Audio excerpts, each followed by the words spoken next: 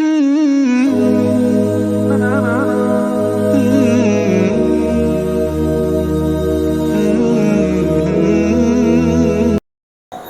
الحمد لله نحمده ونستعينه ونستغفره ونعوذ بالله من شرور أنفسنا وسيئات أعمالنا من يهده الله فلا مضل له ومن يضلل فلا هادي له وأشهد أن لا إله إلا الله وحده لا شريك له وأشهد أن محمدا عبده ورسوله أما بعد فإن خير الحديث كتاب الله وخير الهدي هدي محمد صلى الله عليه وسلم وشر الأمور محدثاتها وكل محدثة بدعة وكل بدعة ضلالة وكل ضلالة في النار.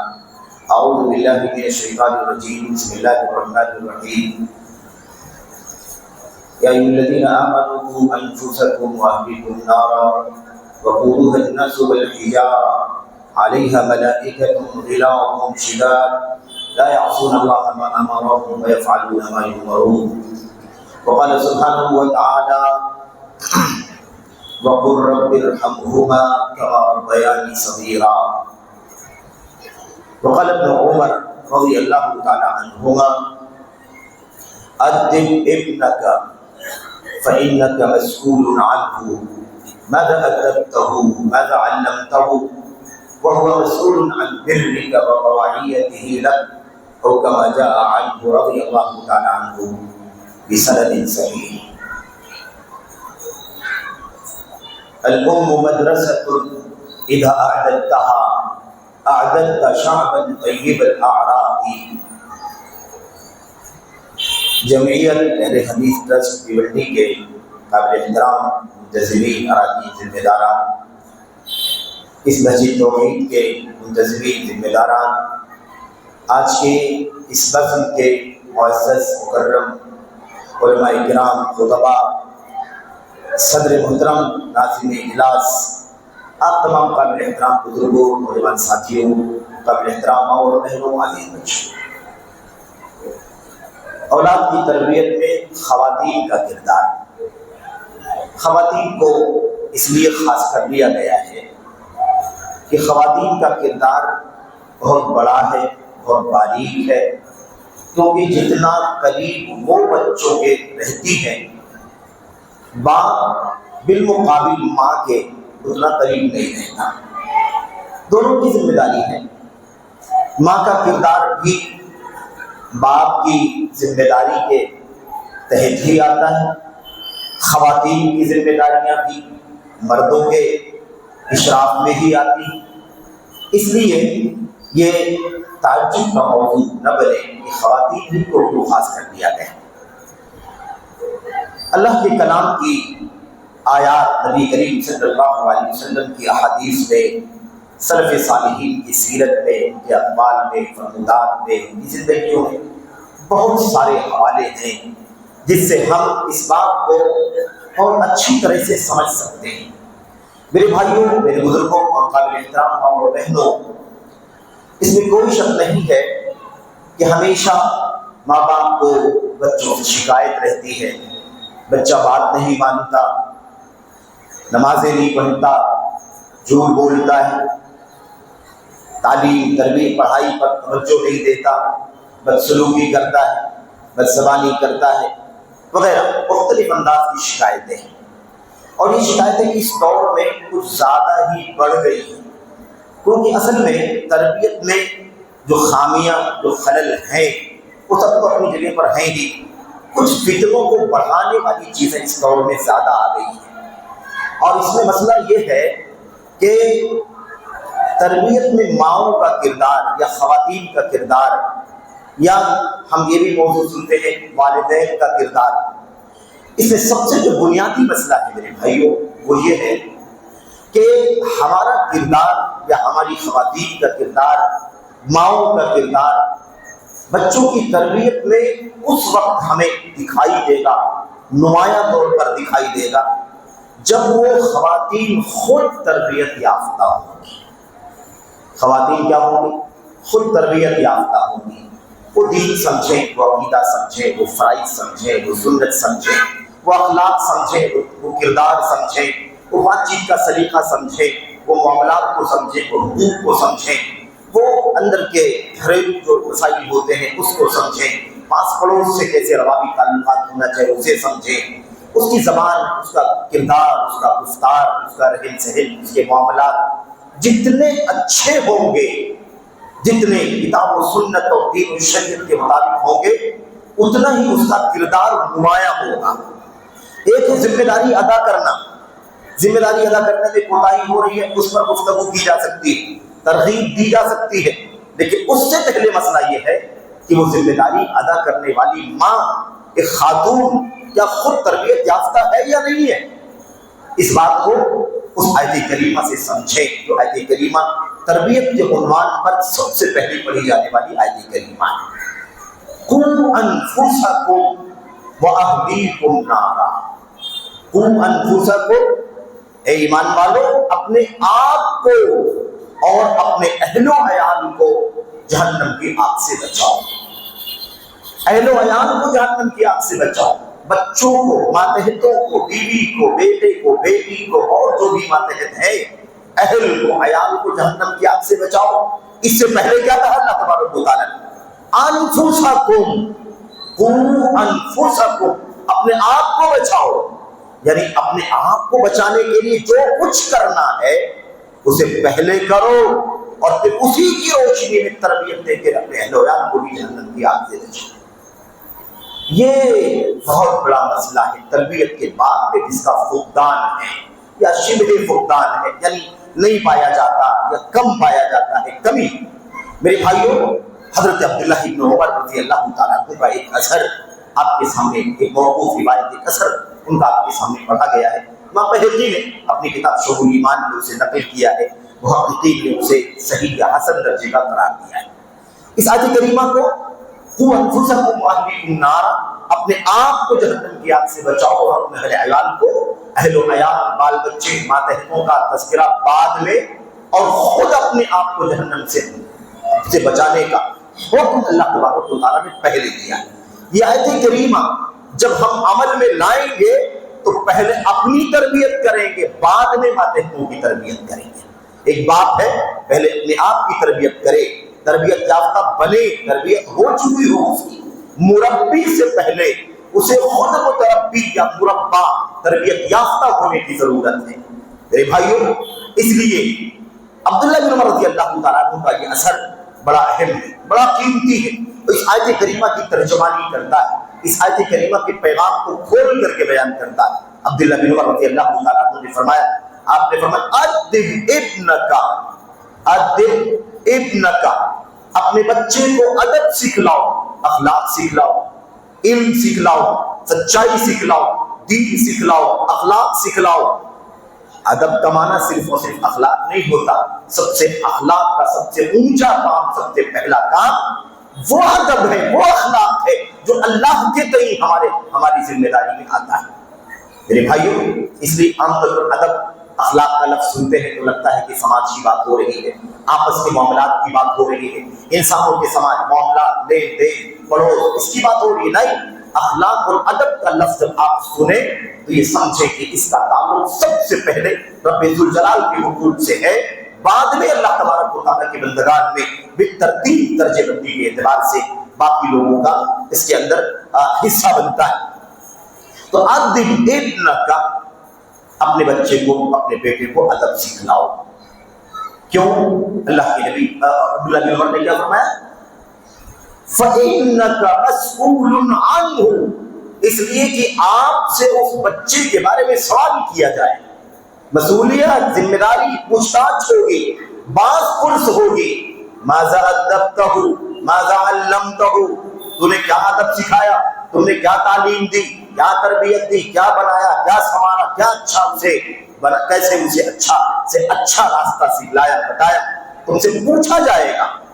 یہ تمہاری ذمہ داری ہے، یہ تمہاری ذمہ داری ہے۔ اور اس کی ذمہ داری کیا ہے؟ وَهُوَ مَسْئُولٌ عَنْ بِرِّكَ وَطَوَعِيَتِهِ لَكَ، اور اس سے جو پوچھا جائے گا وہ یہ پوچھا جائے گا کہ تم نے اپنے ماں باپ کے ساتھ اچھا سلوک کیا کہ نہیں کیا، بر، اچھا سلوک کیا کہ نہیں کیا، حسن سلوک سے پیش آئے کہ نہیں، زبان اچھی رہی کہ نہیں, معاملہ اچھا رہا کہ نہیں, ادب و لہجہ اچھا رہا کہ نہیں, تم نے غصہ تو نہیں کیا, تم نے گالی تو نہیں دی, تم نے ہول پھول تو نہیں بتا. یہ ساری باتیں تم سے اس کی ذمہ داری. وہ طواعیت ہی لگا, اور کتنا وہ تمہاری بات مانتا ہے, کتنا وہ تمہاری اطاعت کرتا ہے, اس کے بارے میں اس سے پوچھا جائے گا. بات سمجھ میں آ گئی کہ نہیں آ گئی؟ مسئلہ یہ ہے کہ تربیت سے پہلے کوئی تربیت کیسے دے سکتا ہے. تربیت سے پہلے کیسے تربیت؟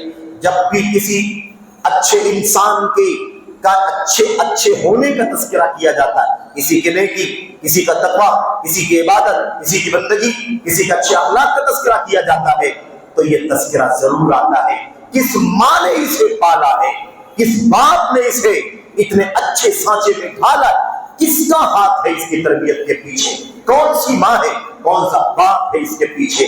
یہ بہت بنیادی بات ہوتی ہے.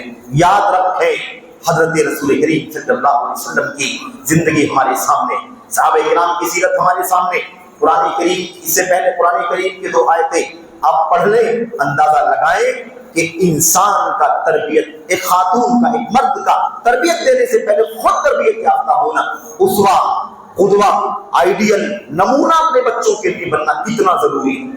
ہم چاہتے ہیں ہمارا بچہ اچھے دین کا, اچھے اخلاق کا ہو, اچھی توحید ہو, اچھی سنت کی زندگی گزارے, اس کے یہاں شرک نہ ہو, اس کے یہاں بدعت نہ ہو, اس کے یہاں نفس پرستی نہ ہو. ہم چاہتے ہیں جھوٹ نہ بولے, ہم چاہتے ہیں نماز کی پابندی کرے, ہم چاہتے ہیں وہ زناکاری, بدکاری, فحاشی سے دور رہے.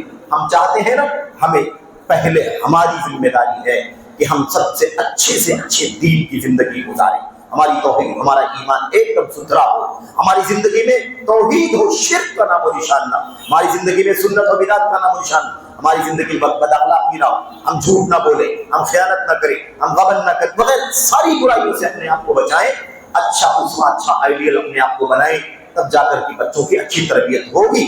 اس سلسلے میں قرآن کریم کی آیت کریمہ آپ پڑھیں, اللہ تبارک و تعالیٰ نے اس کا تذکرہ فرمایا ہے. لوگوں نے کیسے تبصرہ کیا تھا جب حضرت مریم علیہ السلام, حضرت مریم علیہ السلام کا واقعہ جانتے ہیں. بچے کی پیدائش, بچہ حاملہ ہو گئی. عیسیٰ علیہ السلام آپ کے بدن میں اللہ تبارک و تعالیٰ کے کلمہ کن کے ذریعے سے, عیسیٰ علیہ السلام کے ذریعے حضرت مریم حاملہ ہو گئی. ظاہر ہے شوہر نہیں تھا, باپ نہیں حضرت عیسیٰ علیہ السلام کے, حاملہ کیسے ہو گئی؟ جن کا ایمان ہے وہ جانتے ہیں کیسے حاملہ ہو گئی. لیکن یہودیوں نے, ظالموں نے تانے دیے, الزامات لگائے, زانیہ کہا, فاحشہ کہا وغیرہ. عیسیٰ علیہ السلام پیدا ہوئی ولد الزنا کہتے کر کے ان پر یہ تہمت لگائی کہ زنا سے پیدا ہونے والے بچے. کیا تانا دیا تھا؟ یا اخت ہارون ما کان ابوک امرأ سوء وما کانت امک بغیہ. کیا کہا تھا؟ ہارون کی بہن یعنی مریم علیہ السلام, اے ہارون کی بہن, یہ تم نے کیا کر لیا؟ یہ زناکاری تم نے کیسے کر لیا؟ بچہ کیسے پیدا ہو گیا بغیر شوہر کے, بغیر باپ کی اولاد کیسے پیدا ہو رہی ہے؟ تمہارا باپ تو برا آدمی نہیں تھا, تمہارا باپ برا آدمی نہیں تھا تو تم بری کیسے ہو گئی؟ تمہاری ماں وما کانت امک بغیہ, تمہاری ماں بھی زناکار فاحشکار نہیں تھی, تو بھلا بتاؤ مریم تم کہاں سے زناکار فاحشکار ہو گئی؟ یہ تانا دیتے ہوئے کہا تھا. یہ جملہ کیوں کہا ان لوگوں نے؟ باپ برا نہیں تھا, تم بری کیسے ہو گئی؟ ماں تمہاری اچھے اخلاق کردار کی تھی, تمہارا کردار گندا کیسے ہو گیا؟ پتہ یہ چلا کہ یہ بہت بڑی حقیقت ہے کہ باپ کا اچھا ہونا, ماں کا اچھا ہونا بچے کے اچھے ہونے کے لیے بے انتہا ضروری ہے.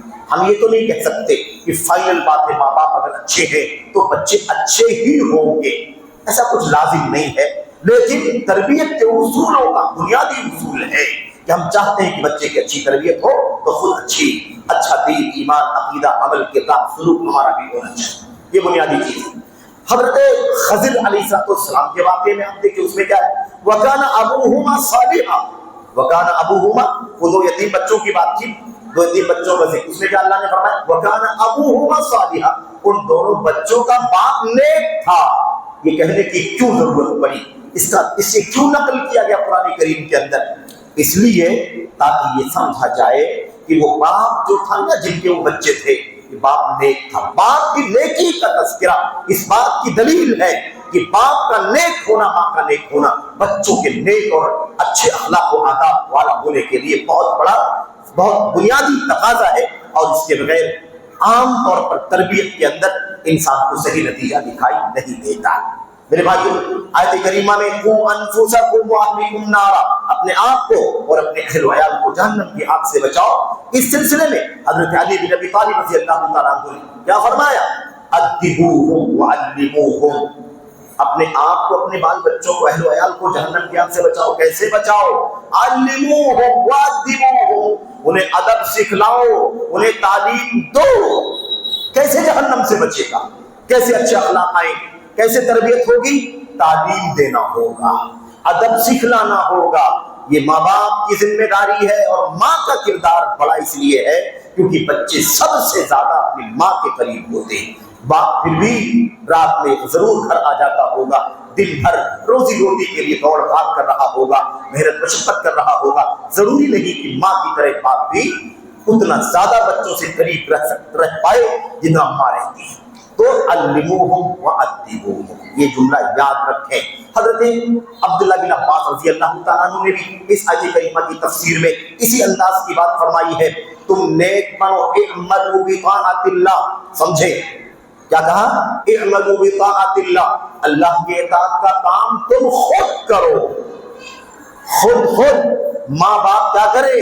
اعملوا بطاعت اللہ، اللہ کے اطاعت پر عمل کرو، اللہ کی اطاعت کا کام کرو، نیکی کا کام کرو۔ واتقوا معاصی اللہ، اللہ تبارک و تعالیٰ کی نافرمانی سے اپنے آپ کو بچاؤ۔ مروا اہلیکم بالذکر، اپنے بال بچوں کو ماتحتوں کو کیا کرو؟ اللہ تبارک و تعالیٰ کی یاد کا، اللہ کے ذکر کا، قرآن کا، عبادات کا، فرائض کا حکم دو۔ تنجیکم من عذاب اللہ، یہ ساری چیزیں تمہیں اللہ کے عذاب سے نجات دلائیں گی۔ تو پہلے کیا کہا ابن عباس رضی اللہ تعالیٰ عنہ نے؟ تم خود نیکی اطاعت پر عمل کرو، خود گناہوں کے کاموں سے اپنے آپ کو بچاؤ، پھر اس کے بعد اپنے بال بچوں کو نیکی کا حکم دو۔ تو آئیڈیل بہت ضروری ہے، اسوہ بہت ضروری ہے، قدوہ بہت ضروری ہے۔ ہم خود اگر نمازی نہ ہو، تمنا کرے بچہ نمازی بن جائے، خود ہمارا کردار اچھا نہ ہو، تمنا کرے کہ بچہ بڑا نیک بن جائے، ہم سوچیں کہ ہمارا بچہ بہت اچھے اخلاق والا بن جائے، ہم اخلاق میں اچھے نہ ہو، تو یہ تو بہت میرے بھائیوں غیر موافق بات ہے، سمجھ میں آنے والی بات نہیں ہے۔ بچہ آپ کو دیکھتا ہے، ماں کو دیکھتا ہے، بچہ اماں کیسا کرتی ہے، باپ کو دیکھتا ہے ابو کیسا کرتے ہیں، اگر اور کوئی بڑا بھائی ہے گھر میں اور کوئی ہے تو دیکھتا ہے کہ فلاں کیسا کرتا ہے۔ جیسے وہ کرتے ہیں ایسے بچہ بھی کرتا ہے، جیسے وہ اچھا کرتے ہیں بچے بھی اچھا کرتے ہیں، جیسے وہ برا کرتے ہیں بچے بھی برا کرتے ہیں۔ افسوس تو یہ ہے میرے بھائیوں کہ سماج میں تربیت کی بات کرنے کی جب نوبت آتی ہے تو سب سے بڑا مسئلہ یہ آتا ہے کہ تربیت دینے والوں کو خود بہت زیادہ تربیت یافتہ ہونے کی ضرورت ہے۔ اگر ہم اچھے نہیں ہیں، ہمارا اخلاق، ہمارا کردار، ہمارا رہن سہن، ہماری فرائض کی پابندی، اللہ کا حق، بندوں کا حق، ہمارے کاروبار، ہمارے معاملات، ساری چیزیں اگر وہ درست نہیں ہیں تو پھر آپ یقین مانیے کہ ہمارے بچوں پر بہت غلط اثر پڑنے والا ہے۔ ہم ایک قدم غلطی کا اٹھائیں گے، بچے 10 قدم غلطی کا اٹھائیں گے، کیونکہ ہم کو دیکھ رہے ہیں، ہمارے آئیڈیل کو آگے فالو کر رہے ہیں۔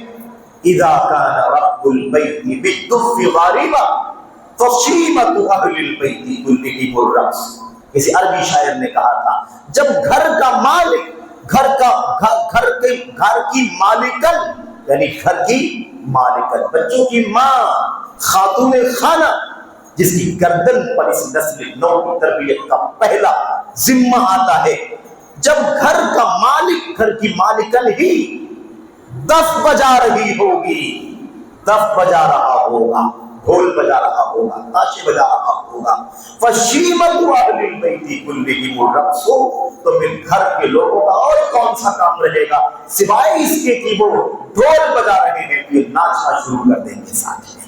تو اگر گھر کے ذمہ دار ڈھول بجائیں گے تو گھر کے بچے جو ہیں، گھر کی عورتیں جو ہیں، ماتحت جو کیا کریں؟ وہ رقص کریں، ناچیں گے، سرور کریں گے، یہ سب کام ہوگا۔ تو بہت خطرناک مسئلہ ہے یہ۔ میں میرے بھائیوں کو 3 باتیں خاص طور پر عرض کرنا چاہتا ہوں۔ دیکھیں، بہت بڑی ذمہ داری ہے، خواتین کی ذمہ داری بچوں کی تعلیم و تربیت کے حوالے سے بہت حساس، بہت بنیادی ذمہ داری۔ یقین مانیے حضرت انس بن مالک رضی اللہ تعالیٰ عنہ کا واقعہ میں سرسری طور پر ذکر کر دیتا ہوں. آپ جانتے ہیں حضرت انس بن مالک رضی اللہ تعالیٰ عنہ چھوٹے بچے تھے اور اسی بیچ میں حضرت انس بن مالک کے والد کی وفات ہو گئی. ان کی والدہ ام سلیم جن کا نام ہے، جن کی کنیت ہے، جن کا نام رمیسہ یا رمیسہ کے نام سے ان کا کے لفظ سے ان کا نام بیان کیا گیا حدیثوں کے اندر. ام سلیم رضی اللہ تعالیٰ عنہ کے شوہر وفات پا گئے. انس بن مالک چھوٹے بچے تھے، انہوں نے دوسری شادی نہیں کی صرف اس لیے، سیرت میں لکھا ہوا ہے، اس لیے دوسرا نکاح نہیں کیا کہ اس بچے کی تربیت اچھی طرح سے ہمیں کرنا ہے. حتی یبلغ حتی یکبر ویجلس مجلس الرجال، یہاں تک کہ یہ پال کر کے پوس کر کے تربیت کر کے اسے بڑا کر دوں، یہاں تک کہ وہ بڑا ہو جائے، جوان ہو جائے، بڑوں کے بیچ میں علم کے ساتھ، ادب کے ساتھ، اخلاق کے ساتھ بیٹھنے کے لائق بن جائے. اس لیے ماں نے دوسرا نکاح نہیں کیا. انس بن مالک رضی اللہ تعالیٰ عنہ خود ذکر کرتے ہیں، کہتے رحم اللہ امی، اللہ میری ماں پر رحم فرمائے. اللہ کی رحمت کو میری ماں حضرت ام سلیم کے اوپر، جنہوں نے اتنی قربانی دی میری تربیت کے لیے کہ دوسرا نکاح نہیں کیا صرف اس لیے کہ میں مجھے پال کر کے پوس کر کے زیادہ دیکھ ریکھ کر کے زیادہ نگرانی کر کے مجھے اچھے سے سانچے میں ڈھال دے. اور اس کے لیے انہوں نے نبی کریم محمد رسول اللہ صلی اللہ علیہ وسلم کا خادم بنا دیا، خادم بنا دیا. یہاں تک کہ وہ بڑے ہو گئے اور جب نکاح کی نوبت آئی، حضرت ابو طلحہ نے اسلام لانے سے پہلے حضرت ام سلیم رضی اللہ تعالیٰ عنہ کو نکاح کا پیغام دیا.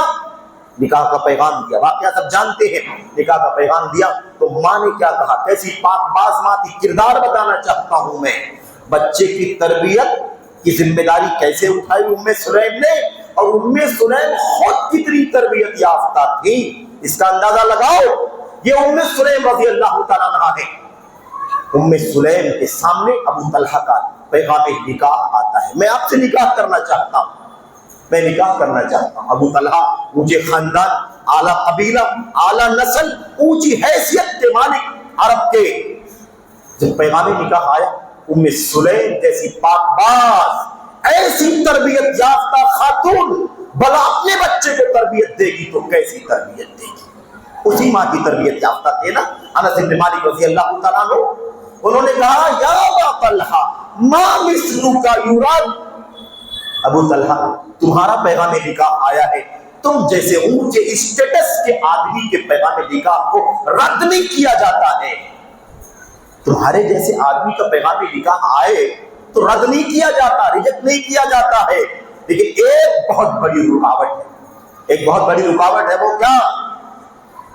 انت رجل مشرک وانا امرأة مسلمة وانك لا، اللہ اکبر، کیا کہا؟ وانا لا احل لك، جب انت لا تحل لي ان اتزوج او تتزوجني. مسئلہ یہ ہے ابو طلحہ کہ تم مشرک ہو اور میں ایک مومنہ خاتون ہوں، اس لیے اس ایمان اور کفر کے ٹکراؤ کی وجہ سے میرا نکاح تم سے حلال نہیں ہے، تمہارا نکاح مجھ سے حلال نہیں ہے، اس لیے میں تم سے نکاح نہیں کر سکتی.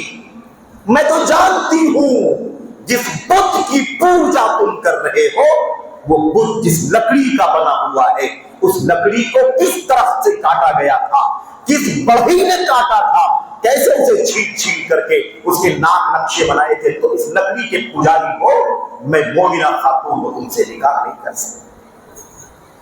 ایسی پاک باز خاتون تو تربیت دینے والی ماں کیسی ہو، اس کا سبق ملتا ہے کہ نہیں ملتا ہے، اس کا پیغام ملتا ہے. تو بہت ضروری ہے تربیت کے راستے میں قدوہ اور آئیڈیل بہت معنی رکھتا ہے، بہت معنی رکھتا ہے. میرے بھائیو، میں آپ سے اور میری بہنوں خاص طور پر میں عرض کرنا چاہتا ہوں کہ حضرت ام سلیم رضی اللہ تعالیٰ عنہ نے جب یہ بات کہی تو ابو طلحہ نے فوراً اس بات کو سمجھ لیا، اور بہت ذہین فتین آدمی تھے، الحمدللہ کفر سے توبہ کر لیا، شرک سے ایمان لے آئے، مسلمان ہو گئے. اور انہوں نے یہ بھی کہا اگر تم اسلام لے آؤ گے تو مجھے تم سے کسی مہر کا بھی مطالبہ نہیں ہے، اسی اسلام لانے کو میں اپنے لیے مہر کی حیثیت سے تسلیم کر لوں گی. تمہارا اسلام لانا میرے لیے مہر ہے۔ اللہ اکبر، اس سے اچھا مہر دنیا میں نہیں، اس سے اچھے مہر کی مثال دنیا میں نہیں۔ میرے بھائی کیا کہا کہ ٹھیک ہے اب نکاح ہو جائے گا، نکاح کے لیے ولی چاہیے کہ نہیں چاہیے؟ ولی کون ہوگا اس خاتون کے نکاح کے لیے؟ ام سلیم رضی اللہ تعالیٰ عنہ، یہی حضرت انس بن مالک رضی اللہ تعالیٰ عنہ جنہوں نے اپنی پاک باز ماں کی تربیت میں رہ کر کے اس قدر اعلیٰ مقام حاصل کیا تھا، انہوں نے ولایت کی ذمہ داری ادا کر کے خود اپنی ماں ام سلیم کا نکاح حضرت ابو طلحہ سے کروایا۔ اللہ کے نبی نے فرمایا قم یا انس وزوج امک، اب انس اٹھو اپنی ماں کا نکاح کراؤ، ولی کی حیثیت سے تم رہو گے۔ میرے بھائیوں اسی لیے مقام کتنا اونچا، تربیت یافتہ ہو، تربیت اچھی سے اچھی اپنے بچوں کو دے، مقام کتنا اونچا ہو جاتا ہے۔ نبی کریم صلی اللہ علیہ وسلم جنت میں آواز سن رہے، آپ فرماتے ہیں میں جنت میں نے دیکھا خواب میں کہ میں جنت میں چل رہا ہوں، اپنے آگے خشفہ ایک چٹخنے کی چلنے کی آواز سن رہا ہوں۔ میں نے پوچھا جبریل امین سے کس کی آواز آ رہی ہے، یہ آواز کس کی ہے؟ چلنے کی آواز۔ اپنے سامنے کہا ہذہ رمیسا، یہ رمیسا ہے، جنت میں اللہ تبارک و تعالیٰ نے انہیں یوں سمجھو کہ داخل کر دیا ہے، ان کی چلنے کی آواز آ رہی ہے۔ روایت مسلم وغیرہ کے اندر موجود۔ کہنے کا مطلب یہ ہے کہ مقام تربیت کا بہت بڑا ہے، بہت بڑی ذمہ داری ہے۔ آج جو فتنہ دکھائی دیتا ہے، اخلاق کا فتنہ، منہج کا، سنت کی راہ سے انحراف کا، الگ الگ راستے، ہمارے بچے کہاں جا رہے ہیں، کس کس کے پیچھے چل رہے ہیں، کس کس کو فالو کر رہے ہیں، نہ جانے کون کون کس کس کو اپنا آئیڈیل بنا رکھا ہے۔ ہماری تربیت کی سب سے پہلی بنیاد کیا ہونی چاہیے؟ بچے کی ایمانی تربیت ہونی چاہیے۔ ایمانی تربیت، اس کا ایمان، اس کا دین، اس کا عقیدہ، اس کی سنت کو سنوارنا ضروری ہے۔ ہم لوگ بچے کے لیے اچھا کھانا، بچے کے لیے اچھا کپڑا، بچے کے لیے ایئر کنڈیشن کا انتظام، بچے اسکول جاتا ہے تو اچھی سے اچھی گاڑی اور سواری کا اور ٹرانسپورٹیشن کا انتظام، ٹھیک ہے کوئی عیب نہیں، لیکن ہم یہ سب تو بہت کرتے ہیں، لیکن یہ فکر نہیں کر پاتے کہ بچے کی ایمان کی تربیت کیسے ہوگی، اس کا عقیدہ کیسے ہوگا، اس کی توحید کیسے مضبوط ہو جائے، توحید سکھایا جائے، ایمان سکھایا جائے، اور ایمان کی ضد شرک سے، کفر سے، نفاق سے، بدعقیدگی سے آگاہ کیا جائے۔ اس وقت ایمان کے خلاف، توحید کے خلاف، ایک شرک و کفر کی، الحاد کی، بے دینی کی میرے بھائیو حق بلکہ طوفان چل رہا۔ کیسے ایمان، مسلمانوں کی ایمان، مسلمانوں کے بچوں کی ایمان عقیدے کو برباد کیا جائے، نئی نسل کی ذہن کو کیسے برباد کیا جائے، اور ان کے شبہات میں ڈالنا، کنفیوژن میں ڈالنا، یہ سب سے بڑا آج کا کام ہے اسلام دشمن عناصر کا۔ یہ بہت بڑا مسئلہ ہے میرے بھائیوں اور میری قابل احترام بہنوں، بہت ضروری۔ نبی کریم صلی اللہ علیہ وسلم نے تربیت کے اصولوں میں سے ہمیں ایک اصول سکھایا، سب سے پہلے بچے کو کون سی تربیت دینی ہے؟ ایمان کی تربیت۔ عبداللہ بن عباس کا واقعہ سب جانتے ہیں، نبی کریم صلی اللہ علیہ وسلم نے کیا فرمایا تھا؟ یا غلام، بچے، اے بچے، ساتھ میں بیٹھے ہوئے تھے پیچھے سواری پر، آپ مخاطب کیا؟ یا غلام، بچے، ان یعلموا کا کلمات، کچھ باتیں سکھا رہا ہوں، علموہم وادبوہم، تعلیم دے رہے ہیں کہ نہیں دے رہے؟ اعلموا کا کلمات، کچھ باتیں سکھا رہا ہوں، اچھی طرح سے سنو، غور سے سنو جو باتیں سکھا رہا ہوں۔ احفظ اللہ یحفظک، احفظ اللہ تجدہ تجاہک، واعلم ان، اور کیا فرمایا؟ اذا سألت فاسأل اللہ واذا استعنت فاستعن باللہ واعلم ان الامة لو اجتمعت على ان ينفعوك بشيء لم ينفعوك الا بشيء قد كتبه الله لك۔ واقعہ جانتے ہیں سب۔ اللہ کے نبی نے فرمایا سیکھو اچھی طریقے سے۔ یہ کیا سکھایا؟ ایمان سکھایا، ایمان۔ اللہ کو یاد کرو، اللہ تمہیں یاد کرے گا۔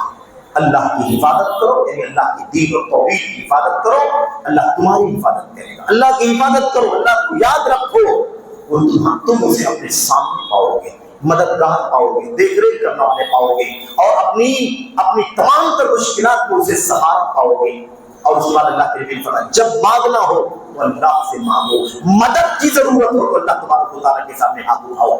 یہ ایمان کی تربیت سب سے پہلے، ورنہ بچہ گھر میں پیدا ہوا، گھر مسلمان کا، باپ مسلمان، ماں مسلمان، ان کے والدین مسلمان، ان کے والدین مسلمان، لیکن نئے دور کی آندھی اس بات کا تقاضا کرتی ہے کہ پوری انضباط کے ساتھ، پوری فکر مندی کے ساتھ بچوں کو ایمان کی تربیت دی جائے، صحیح توحید سکھائی جائے، صحیح عقیدہ سکھایا جائے۔ عقیدہ سیکھنا پڑے گا، سکھانا پڑے گا۔ گھر میں پیدا ہو گیا کوئی ضروری نہیں ہے، اہل حدیث گھروں میں پیدا ہو جانا ضروری نہیں ہے کہ آپ کو اہل حدیث پر نئی نسل کو اہل حدیث باقی رکھے۔ آج خاندان کا اثر، گھر کا اثر کتنا اور دنیا کے فتنوں کا اثر کتنا ہے ہمارے اوپر۔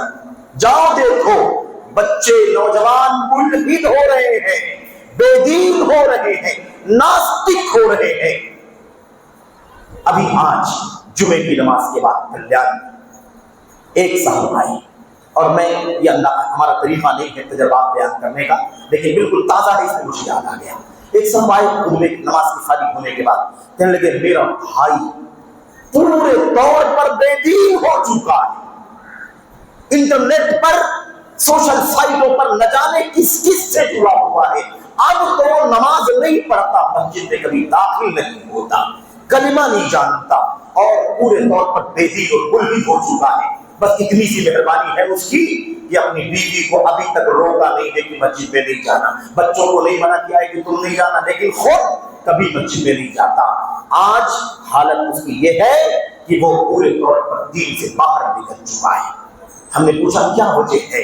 وجہ کس کو سنتا ہے، کس کو فالو کرتا ہے، کہاں کچھ نہیں معلوم، موبائل کے ذریعے سے، انٹرنیٹ کے ذریعے سے نہ جانے کس سے جڑا ہوا ہے، اور وہ اس کا اثر پورے طور پر اس کی زندگی پر دکھائی دے رہا ہے۔ وہ تربیت دینے والا ہے، تربیت لینے والا نہیں۔ اس کے بچے ہیں، اس کی بیوی ہے، چھوٹے چھوٹے معصوم بچے ہیں اس کے، ان کی تربیت کی ذمہ داری اس کے گردن کے اوپر ہے۔ اب وہ خود ملحد بے دین ہو چکا ہے۔ بھلا بتاؤ اس کی نسل کا، اس کے بچوں کا کیا ہوگا؟ اس کی نسل کا کیا ہوگا؟ اس کے بچوں کا کیا ہوگا؟ خطرناک مسئلہ ہے، خطرناک۔ اس لیے بہت ضروری ہے کہ ایمان کی تربیت سب سے پہلے، اس کے بعد کس کی تربیت؟ اس کے بعد دین کے مرجع، دین کے سورس کی تربیت۔ ہدایت، راستہ کون سا چننا ہے؟ راستہ کون سا؟ آپ کو یاد ہوگا حضرت فضیل ابن عیاض رحمۃ اللہ علیہ، حضرت فضیل ابن عیاض سلف امت کے ایک نیک شخصیت کا نام ہے۔ فضیل ابن عیاض رحمۃ اللہ علیہ نے کیا کہا؟ علیک بطریق الہدی، علیک بطریق الہدی۔ دیکھو یہ تربیت ہونی چاہیے۔ ایک ماں اپنے بچے کو تربیت دے، ایمان کے بعد کون سی تربیت؟ راستہ کون سا تمہارا ہوگا، کس راستے پر چلو گے، دین کا سورس کیا ہوگا، کہاں سے دین لینا، جس کو ہم لوگ کیا کہتے ہیں؟ سنت کا راستہ، منہج کا راستہ، صحابہ۔ یہ بہت بنیادی مسئلہ ہے۔ ہدایت کے راستے کو لازم پکڑو، ہدایت کے راستے کو لازم پکڑو، اور یہ دیکھ کر کے مت گھبراؤ کہ اس ہدایت کے راستے پر چلنے والا ایک آدمی ہے، دو آدمی ہے، اکا دکا لوگ ہے، اس سے مت گھبراؤ۔ وَإِيَّاكَ وَطُرْقَ الضَّلَالَ، اور خبردار گمراہی کے راستوں سے اپنے آپ کو بچاؤ۔ اس کی تربیت دینا بہت ضروری ہے۔ ہمارے بچے جو بالکل معصوم ہوتے ہیں، 2 4 سال، 8 سال، 10 سال، ان کی تربیت تو کرنی ہی ہے۔ اس کے بعد بہت تیزی کے ساتھ ہمارے نوجوانی کی حد تک کے بچے بھی کیا ہو رہے ہیں؟ پورے طور پر انحراف کا شکار ہو رہے ہیں۔ آپ جانتے ہوں گے کتنے نوجوان ہیں جو الحاد کی راہ پر چل رہے ہیں، کتنے نوجوان ہیں غامدیت کے راستے پر چل رہے ہیں، انکار سنت کے راستے پر چل رہے ہیں، کتنے نوجوان ہیں شکیلیت کے فتنے میں مبتلا ہو چکے ہیں، کتنے نوجوان ہیں جنہوں نے وہ آئیڈیل، ویسے لوگوں کو آئیڈیل بنا رکھا ہے جن کے انحراف کا، جن کی ضلالت کا، جن کی گمراہی کا کوئی ٹھکانہ نہیں۔ کہاں چلے جائیں گے؟ کون کون کس کو فالو کرتا ہے، کون کون کس کے پیچھے چلتا ہے۔ ہاں، بڑا مقدس نام ہے جہاد۔ جہاد کے نام پر کتنے نوجوان کہاں جا رہے ہیں؟ دنگے میں، فساد میں، اور آتنک میں، جانوں کو نقصان پہنچانا، مالوں کو نقصان پہنچانا، آبرو کو نقصان پہنچانا، اور سب مقدس نام جہاد کے نام پر۔ راستہ طے کرنا ضروری ہے، کس راستے پر چلنا ہے، کیسے چلنا۔ خلافت کے نام پر کتنے لوگ برباد، خلافت کے نام پر برباد. دنیا میں خلافت آج بھی ہمارے بیچ کے نوجوان اکثر یہاں وہاں درسوں میں پروگرام ملاقات ہوتی ہے, لوگ آتے ہیں کہتے ہیں ہم لوگ بلا خلافت کی زندگی گزار رہے ہیں, ہمارا حشر کیا ہوگا, مر جائیں گے. ابھی جو الیکشن کا ٹائم آیا, ووٹ دینے وغیرہ کی جب بات آئی, ایسے نوجوان ایک دو نہیں دسیوں بھی لے جو یہ سوال کر رہے ہیں کہ ووٹ آپ دیں گے. ہم نے یہ انگلی دکھائی ہے, دیکھو ہم نے تو ووٹ دے دیا ہے, کیوں نہیں دیں گے؟ ووٹ دینا غیر اسلامی نظام ہے. اللہ, ہمیں تو خلافت میں رہنا چاہیے, اسلامی نظام اسلامی حکومت رہے اس کے تحت میں رہنا چاہیے. ہم نہیں, مر جائیں گے تو کیا ہے. بہت خطرناک مسئلہ, یاد رکھنا. یہ بڑے پیارے پیارے الفاظ کو بہت مس یوز کیا جا رہا ہے. جتنا زیادہ جہاد کے لفظ کو مس یوز کیا گیا, اقامت دین کو مس یوز کیا گیا, حاکمیت کو جتنا مس یوز کیا گیا, اور خلافت کو جتنا مس یوز کیا گیا اس دور میں, اتنا کسی اور لفظ کا غلط استعمال نہیں ہوا. میں ذرا جدید حالات کے تناظر میں تربیت کی بات کر رہا ہوں. میرے بھائیوں میرے بزرگوں, ہماری ماؤں بہنوں سے بھی ان کی تربیت کی ذمہ داری جو ہے وہ تو بات آپ کے سامنے آ رہی ہے, لیکن میں ایک بات خاص طور پر ان سے کہنا چاہتا ہوں. ہماری ماؤں بہنوں کی ایک بہت بڑی کہہ لیجیے کوتاہی ہے, کمی ہے, یا یوں کہہ لیجیے کہ فکر مندی نہیں ہے ان کے پاس. وہ یہ فیصلہ نہیں کر پاتی ہیں کہ ہمیں کس سے تربیت دینی ہے, کس سے علم حاصل کرنا ہے. یہ سب سے بڑی مشکل ہے جس کی وجہ سے ان کے بچوں کی تربیت درست نہیں. خود ان کے اساتذہ کا پتہ نہیں کس کو استاد بنا رکھا, کس کو سن رہی ہیں, کس سے فائدہ اٹھا رہی, کس کا درس, کس کا خطبہ, کس کا سوال جواب کا سیشن, اور کس سے کیسے کیسے جڑ کر کے وہ استفادہ کر رہی, کوئی پتہ لتا نہیں ہے. ان کی صنعت کا پتہ نہیں, کون ہے, کیا عقیدہ, کیا منہج, ان کا وہ راستہ سنت کا ہے کہ نہیں, وہ عالم فلاں اسکالر وہ اہل حدیث ہے کہ نہیں ہے, اس کے عقیدے کا کیا حال ہے, اس کی منہج کا کیا حال ہے, اس کے عمل سلوک کا کیا, اس کے کردار کا کیا حال. متاثر مروب ہے اس کے پیچھے اس کے پیچھے, نہ جانے کس چیز کو سنتی ہے. اور یہ تجربہ بہت قریب سے ہمارا ہے, ہم بہت اچھی طرح سے اس مسئلے کو جانتے ہیں, کیونکہ ماؤں بہنوں کے بیچ میں کچھ خواتین بھی بہت زیادہ مشہور ہیں جن کے منہج کا عقیدے کا کوئی اتا پتہ نہیں. آپ بتائیے کہ اگر وہ مائیں, ہماری گھر کی خواتین, امت کی خواتین, ملت کی خواتین, اگر کسی کو بھی سن کر کے علم حاصل کر رہی ہیں تو ان کا اپنا کیا حشر, ان کا کیا انجام ہوگا, اور پھر ان کے گود میں پلنے والے, ان کے آنکھوں نگاہوں کے سامنے, ان کے ہاتھوں کے بیچ میں پلنے والے بچوں کا کیا حال ہوگا, ان کی تربیت کا کیا حال ہوگا. یہ بہت بڑی آزمائش ہے, بہت بڑا مسئلہ ہے. راستہ کیا ہے اس راستے, اس انحراف سے بچنے کا راستہ کیا ہے, اس پر ایک لفظ دو لفظ آپ کے سامنے ذکر کر دیتا ہوں. میرے بھائیوں یاد رکھیں, اس کا ایک ہی سورس, دوسرا کوئی سورس, ایک ہی راستہ اس کا. آپ کو یہ طے کرنا ہے کہ اللہ کی کتاب, نبی کی سنت, صحابہ کا طریقہ, سلف امت, جو اہل حدیثیت کا خالص مشن, اس مشن کے سچے علماء کون ہیں, انہی سے آپ کو بھی وابستہ ہونا ہے, انہی سے آپ کے بچوں کو بھی وابستہ ہونا ہے. سنن کی روایت میں رسول کریم صلی اللہ علیہ وسلم سے حضرت ابو امامہ رضی اللہ تعالیٰ عنہ روایت کرتے ہیں. وہ کہتے ہیں کہ نبی کریم صلی اللہ علیہ وسلم نے فرمایا, لقمان رضی علیہ السلام نے, لقمان کے بارے میں صحیح بات, معتبر بات یہ ہے کہ وہ نبی نہیں ہے. وہ کیا ہے, نبی نہیں ہے, ایک صالح انسان, نیک انسان. اور غالباً ان کا جو دور ہے, ان کا جو زمانہ ہے, وہ زمانہ حضرت داؤد علیہ السلام کا زمانہ ہے. اس وقت کے نیک اور صالح لوگوں میں سے ایک نام ہے لقمان, جن کے نام کے ساتھ حکیم لگا رہتا ہے. عام طور پر لقمان حکیم, ذہین, فطین, نیک, اور اپنے بچے کو جو نصیحت انہوں نے کی تھی اس میں ایمان کی, اخلاق کی, تربیت, کیا نام ہے میرے بھائی, رہن سہن کی, معاملات کی, چلنے پھرنے کی, بات چیت کی, ہر طرح کی نصیحت انہوں نے اپنے بیٹے کو کی تھی. نبی کریم صلی اللہ علیہ وسلم سے روایت کرتے ہیں ابو امامہ باہلی. اچھا, بعض علماء نے اس روایت کو مرفوعاً صحیح نہیں کہا ہے, موقوفاً حسن قرار دیا ہے.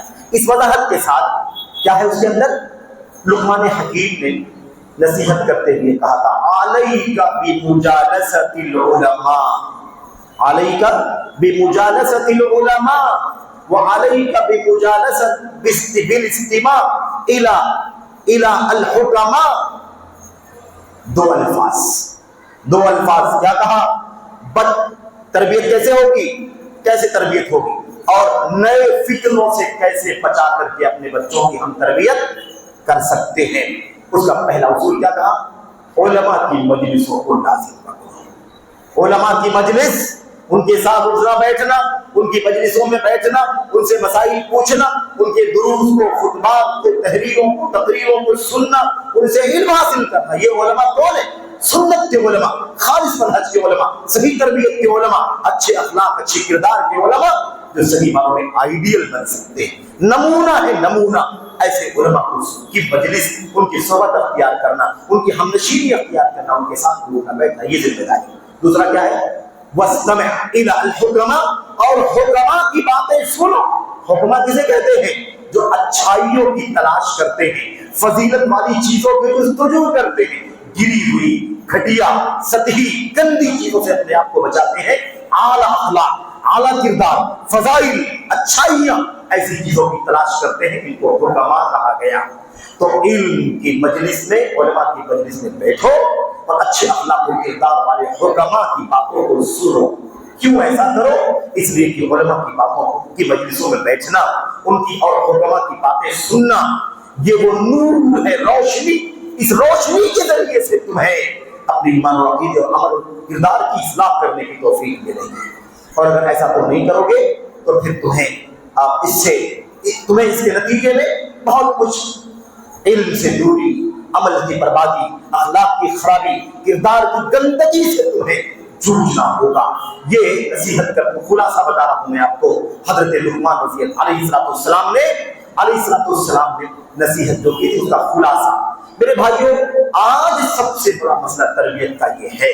تربیت دینے والے مرد، گھر کے تربیت دینے والی خواتین، وہ بھی اپنے آپ کو سچے علماء سے جوڑیں تاکہ ان کی خود اچھی تربیت ہو، ایمان، عقیدے، عمل، کردار، سلوک، ہر اعتبار سے، اور پھر اسی کی روشنی میں اپنے بچوں کی تربیت کریں، اپنے بچے کو سجائیں، سنواریں۔ اچھا، یہ تو بات ہو گئی کہ تربیت کا پہلا اصول کیا ہے؟ دین کی تربیت، ایمان کی، عقیدے کی، اس کے بعد سنت کی، جس راستے پر چلنا ہے اس کی تربیت ہونی چاہیے۔ اس کے بعد تربیت کا تیسرا جو اسٹیج ہے وہ کیا ہے؟ فرائض اور واجبات کی پابندی۔ فرائض اور واجبات کی پابندی۔ نماز سب سے بڑا فریضہ ہے توحید کے بعد۔ نماز سب سے بڑا فریضہ ہے توحید باری تعالیٰ کے بعد، ایمان کے بعد۔ اللہ کے نبی صلی اللہ علیہ وسلم نے فرمایا، سب جانتے ہیں روایت، کیا فرمایا؟ نبی کریم صلی اللہ علیہ وسلم نے مروا اولادکم بالصلاۃ وهم ابناء 7 سنین واضربوهم علیہا وهم ابناء 10 وفرقوا بینہم فی المضاجع۔ اللہ کے نبی صلی اللہ علیہ وسلم نے فرمایا، اپنے بچوں کو نماز کا حکم دو جب وہ 7 سال کے ہو جائیں، اور جب وہ 10 سال کے ہو جائیں تو مارو نماز نہ پڑھنے پر۔ تربیت، ادب سکھانے کے لیے ضابطہ بنایا گیا۔ یہ میرے بھائیوں، یہ بات اس وقت مناسب ہوگی جب ہم نمازی ہو، نماز کے لیے اٹھے، کیا فجر، کیا ظہر، کیا عصر، کیا مغرب، کیا عشاء، ہم خود ٹائم ٹیبل سے اٹھے۔ اگر 15 منٹ پہلے ہمیں اپنی نماز کے لیے اٹھنا ہے تو آدھا گھنٹہ پہلے اٹھ کر کے اپنے بچوں کو بھی جگائیں، بیوی کو بھی جگائیں۔ ماں کا کردار ہے، ماں کو چاہیے کہ خود اٹھے۔ ماں کے کردار کی بات چل رہی ہے خواتین کے، وہ خود سب سے پہلے اٹھے، اپنے شوہر کو اگر سو رہا ہو، خواب میں، مطلب نیند میں ہو، تو اسے جگائے، اور بچوں کو، بیٹے کو، بیٹی کو، ان کو جگانا، نماز کے لیے تیار کرنا۔ اٹھو، وضو کرو، طہارت حاصل کر کے نماز کے لیے تیار ہو جاؤ۔ یہ ہے۔ تو اگر ہم خود نماز کی پابندی کر رہے ہوں گے تب تو ٹھیک ہے، لیکن اگر ہم یہ کام نہیں کریں گے میرے بھائیوں اور میری قابل احترام اور بہنوں، تو پھر مسئلہ بہت پیچیدہ ہو جائے گا، کیونکہ ہم تربیت کے خود ہم محتاج ہیں، تو کیا تربیت کریں گے ہم؟ اور یہی مسئلہ ہے۔ باپ چاہتا ہے میں نماز نہیں پڑھتا ہوں لیکن میرا بیٹا نمازی بن جائے۔ ماں سوچتی ہے، کہتی ہے کہ ہم تو زندگی پر نماز نہیں پڑھے، لیکن اللہ کسی طرح میرے بچے کو نمازی بنا دے، میری بیٹی کو نمازی بنا دے۔ تمناؤں سے نہیں ہوگا کام، آرزوؤں سے، بھاؤناؤں سے کام نہیں ہوگا۔ آپ کو عملی طور پر اپنے آپ کی بھی اصلاح کرنی ہوگی۔ اس کے علاوہ اور چیزیں دیکھیے، ایک آخری بات، اور آج کل کے ماحول میں آپ دیکھیے مغربی تہذیب کا، کلچر کا اتنا خطرناک اثر پڑ رہا ہے ہمارے اوپر، اتنا خطرناک۔ کیا بیٹے، کیا بیٹیاں، کیا بچے، کیا بچیاں، ان کا لباس، ان کا رہن سہن، ان کے بال، ان کے چال ڈھال، ان کا رویہ، ان کی حرکتیں، چال چلن، عجیب و غریب تبدیلی دکھائی دے رہی ہے۔ بچوں کے لباس کو دیکھ کر کے تو حیرانی ہوتی ہے، کیسے کیسے لباس، کیسی کیسی اسٹائل، کیسے کیسے ڈیزائن۔ بالوں کو دیکھو، سبحان اللہ، بالوں کے رنگت کو دیکھو، بالوں کی کاٹنے کا طریقہ دیکھو، انداز دیکھو، حیران ہو جاؤ۔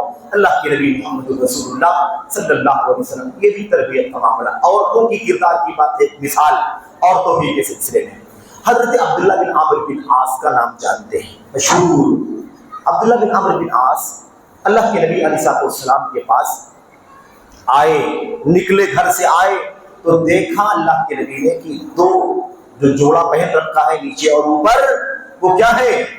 وہ معصفر ہے۔ معصفر اصل میں ایک رنگ ہوا کرتا تھا جس میں رنگ دیا جاتا تھا کپڑوں کو، اور وہ بہت سرخ رنگ یا سرخی کے اندر گیروا رنگ مکس ہوا کرتا تھا، بھڑکیلے انداز کا سرخ رنگ، سمجھ رہے ہیں؟ بھگوا جس کو ہم کہتے ہیں نا، اس انداز کا رنگ۔ نبی کریم صلی اللہ علیہ وسلم نے جیسے دیکھا اس لباس میں تو آپ کا چہرہ سرخ ہو گیا، آپ سخت ناراض ہوئے، سخت ناراض ہوئے، اور آپ نے ناراض ہو کر کے ان سے پوچھا، آپ نے فرمایا یہ کپڑا کیوں پہن رکھا؟ کس نے پہنا یہ کپڑا تمہیں؟ کیوں پہنا تم نے؟ اُمُّكَ أَمَرَتْكَ بِهَذَا، سوال کیا کیا اللہ کے نبی صلی اللہ علیہ وسلم نے؟ کیونکہ گھر میں کپڑا نہلانے، دھلانے، کپڑا پہنانے کا کام کس کا ہے؟ باپ کا نہیں ہے، ماں کا ہے۔ بالعموم کس کا کام ہے؟ ماں کا کام۔ اللہ کے نبی صلی اللہ علیہ وسلم نے فرمایا اُمُّكَ أَمَرَتْكَ بِهَذَا، یہ اتنا رنگ برنگا، اتنا زیادہ چٹک لال گیروے رنگ کا، بھگوا رنگ کا تم نے کپڑا پہن رکھا ہے، تو کیا تمہاری ماں نے تمہیں اس کا حکم دیا ہے کہ یہ کپڑا پہن؟ اللہ کے نبی نے کیوں کہا تمہاری ماں نے؟ ماں کا کردار ہے نا تربیت میں، ماں کا رول ہے تربیت میں بچے، اس لیے اللہ کے نبی نے پوچھا کیا تمہاری ماں نے تمہیں یہ کپڑا پہننے کا حکم دیا ہے؟ وہ سمجھ گئے نبی کریم صلی اللہ علیہ وسلم صاحب ناراض ہیں، کوئی جواب تو نہیں دیا۔ پوچھا نبی کریم صلی اللہ علیہ وسلم سے، اللہ کے نبی کیا میں اسے دھو لوں؟ اس پہ جو رنگ چڑھا ہوا ہے، اغسلہما، اللہ کے نبی کیا میں ان کپڑوں کو دھو لوں پھر یہ سفید ہو جائیں گے پھر میں پہن لوں؟ اللہ کے نبی نے فرمایا بل احرقہما، دھو کر کے نہیں پہننا، اسے لے جا کر کے جلا دو، نکال، اسے نکال کر کے کیا کرو؟ اسے جلا دو۔ دیکھا آپ نے تربیت کے لیے کیا کہا؟ اب آج ہمارا دور ہوگا تو ہم کہیں گے بھائی مال ہے، کیوں ضائع کرنا، پیسہ ضائع کرنا اچھا نہیں ہے، پیسہ دے کے خریدا گیا ہے، اب خرید لیا ہے تو پہنا دو دو چار مرتبہ، کیا اتنا بڑا مسئلہ ہے؟ یہ ہمارا عوام کا طریقہ ہے۔ لیکن تربیت کا ضابطہ کیا ہے؟ تربیت کا ضابطہ یہ کہ اسے نکال دو اور دھو کر کے پہننا نہیں بلکہ اسے جلا دو۔ یہ کیوں کہا نبی کریم صلی اللہ علیہ وسلم نے؟ تاکہ تربیت میں سنگینی کا پتہ چلے اور آدمی آئندہ اس طرح کی حرکت کرنے سے اپنے آپ کو بچائے۔ تو تربیت کی راہ میں اگر کچھ مال نقصان بھی ہو جائے نا اچھی تربیت کرنے کے لیے، تو اس میں عیب کی بات نہیں، اس میں کوئی عیب کی بات نہیں ہے، بہت بنیادی مسئلہ ہے۔ آخری بات، بہت ساری باتیں ہیں لیکن آخری بات ختم ہو گیا ہے۔ آخری بات یہ کہ تربیت اچھی کریں گے نا، ہم اچھی تربیت کریں گے، اپنی ذمہ داری سمجھیں گے، مسئولیت سمجھیں گے، اس کا بڑا اجر ملے گا، بڑا ثواب ملے گا۔ آپ یہ نہ سمجھیں کہ یہ خالی دنیا میں ہے، ہمارا بچہ اچھا ہو جائے گا اور یہاں واہواہی کریں گے، لوگ مثال دیں گے، نہیں، دنیا میں تو ملے گا ہی جو ملے گا، اللہ تبارک و تعالیٰ آخرت میں آپ کو اس کا نیک صلہ عطا فرمائے گا۔ جب انسان کی نیکیوں کا سلسلہ، اجر و ثواب کا سلسلہ ختم ہو چکا ہوگا تو نیک اولاد آپ کے لیے نیکیوں کا سلسلہ جاری رکھنے کا ذریعہ ہوگی۔ اذا مات ابن آدم انقطع عنہ عمل، جب آدمی مر جاتا ہے تو اس کے نیک عمل کا سلسلہ ختم ہو جاتا ہے، الا من ثلاث، تین چیزوں کے ذریعے نیکی کا سلسلہ چلتا رہتا ہے۔ پہلا کیا ہے؟ پہلا کیا ہے؟ صدقۃ جاریہ، صدقہ جاریہ جو آپ نے کر رکھا ہو زندگی میں، مرنے کے بعد کا ثواب ملتا رہے گا۔ اور کیا ہے؟ او عمل ينتفع به، اور کوئی ایسا کام، او علم ينتفع به، یا کوئی علم جس کے ذریعے فائدہ اٹھایا جا رہا ہو۔ آپ نے کتاب لکھی، آپ نے تقریر کی ہے، آپ نے لوگوں کو خیر سکھایا ہے، بتایا ہے، اچھائیوں کی تعلیم دی ہے، علم آپ نے چھوڑا ہے، اس سے فائدہ اٹھایا جا رہا ہے، اس کا ثواب ملے گا۔ آخری چیز کیا ہے؟ او ولد صالح يدعو له، نیک اولاد جس کو آپ نے نیک بنایا تھا تربیت دے کر کے، وہ نیک اولاد آپ کے لیے دعا کرے گی تو آپ کے نیک عمل کا سلسلہ جاری، اس کی دعا کا فائدہ ملے گا۔ قیامت کے دن ایک ماں ایک باپ کا درجہ اونچا ہو جائے گا، اونچا درجہ ہو جائے گا۔